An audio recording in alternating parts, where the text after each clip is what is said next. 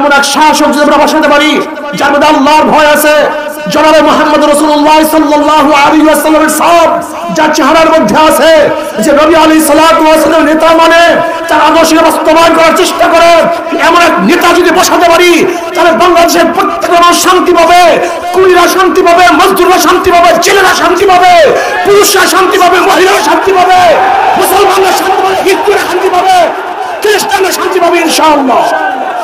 এজন্য আসুন কুলি, মজদুর, শ্রমিক, তাঁতি সবের অধিকারকে ফিরিয়ে দিন। আমার নফরত লাগে, আমার দুঃখ লাগে গরিবদের দিকে তাকান, গরিবদের দিকে তাকালে আমার খুবই কষ্ট লাগে। এই কপাল পরা খসরাত দুনিয়া ওয়াল আখিরাত, দুনিয়াও বরবাদ আখিরাতও বরবাদ। তুমি কার পিছনে ঘুরতেছো? তোমাকে কি দিয়েছে ওরা? ভোটের সময় 500 টাকা চোরা টাকা ছাড়া তুমি আর কিছু পাও নাই। যে গুন্ডামি করছে, মাস্তানি করছে, লুট করছে, সে লুটের টাকার 1000 টাকার নোট পেয়েছো, তাদেরকে ভোট দিয়েছো, কিন্তু শান্তি আনতে পারো নাই। এবার ভোটের সময় অবৈধ টাকা নিও না, হটকারী আল্লাহ ওয়ালাদেরকে ক্ষমতায় বসাও। তোমার খাদেম হিসেবে তারা কাজ করবে, তোমার প্রভু হিসেবে তারা কাজ করবে, যারা আত্মসাৎ করবে না, তোমার টাকা ভক্ষণ করবে না, তোমার অধিকার তোমাকে ফিরিয়ে দিবে। আজকে মাত্র কয়েকটা পরিবারের কাছে গোটা বাংলাদেশের অর্থ, কয়েকটা পরিবারের কাছে গোটা বাংলাদেশের অর্থ। আপনি চিন্তা করতে পারছেন? চিন্তা করতে পারছেন? কয়েকটা পরিবারকে সমস্ত লোন দিয়ে দিয়েছে, সমস্ত টাকা তাদেরকে দিয়ে দিয়েছে।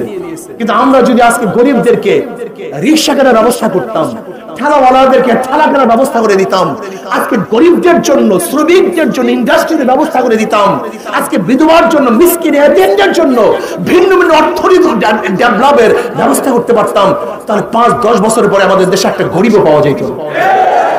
কিন্তু আমরা কি করতেছি? এই গরিবের জন্য কিচ্ছু করি নেই।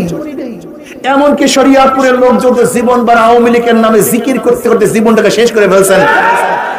এখন পর্যন্ত ঢাকার রোগটা আপনি ঠিক করতে পারেন না। কপাল পোড়া শরিয়াতপুর, কপাল পোড়া শরিয়াতপুর, ঢাকা রোগটাও ঠিক করতে পারেন, অথচ জীবন মারো নৌকায়, পিটাও নৌকায়, দেও নৌকায়।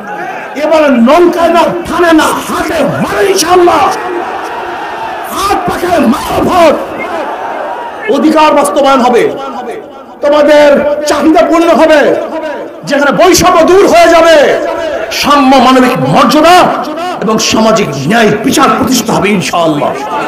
এই জন্য আমি যুবকদেরকে বলবো, আজকে থেকে নিয়াত করো, বিগত দিনে যারা অন্যায় করছে, অবিচার করছে, 5 তারিখের পরে যারা অবৈধ কাজ করছে, প্রতিষ্ঠান দখল করছে, মসজিদ দখল করছে, মাদ্রাসা দখল করছে, ঘাট দখল করছে, অমুক দখল করছে, এই দখলদারিতার পাপ ইসলাম হুকুমতের জন্য থেকে হাত পাকা মার্কাকে ভোট দাও, কাজ করো, তোমাদের অধিকার প্রতিষ্ঠা হবে ইনশাআল্লাহ।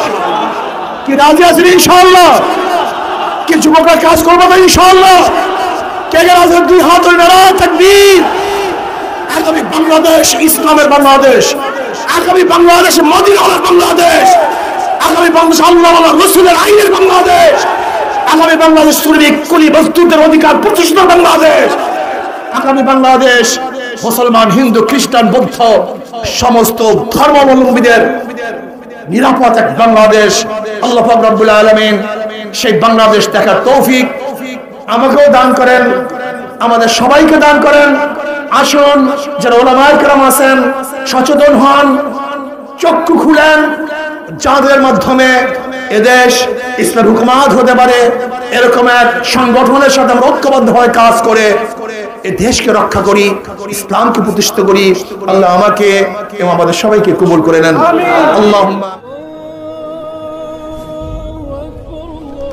নিউ উজানি টিভি, সুস্থ সাংস্কৃতিক প্রত্যাশায় আপনাদের সেবায় নিয়োজিত।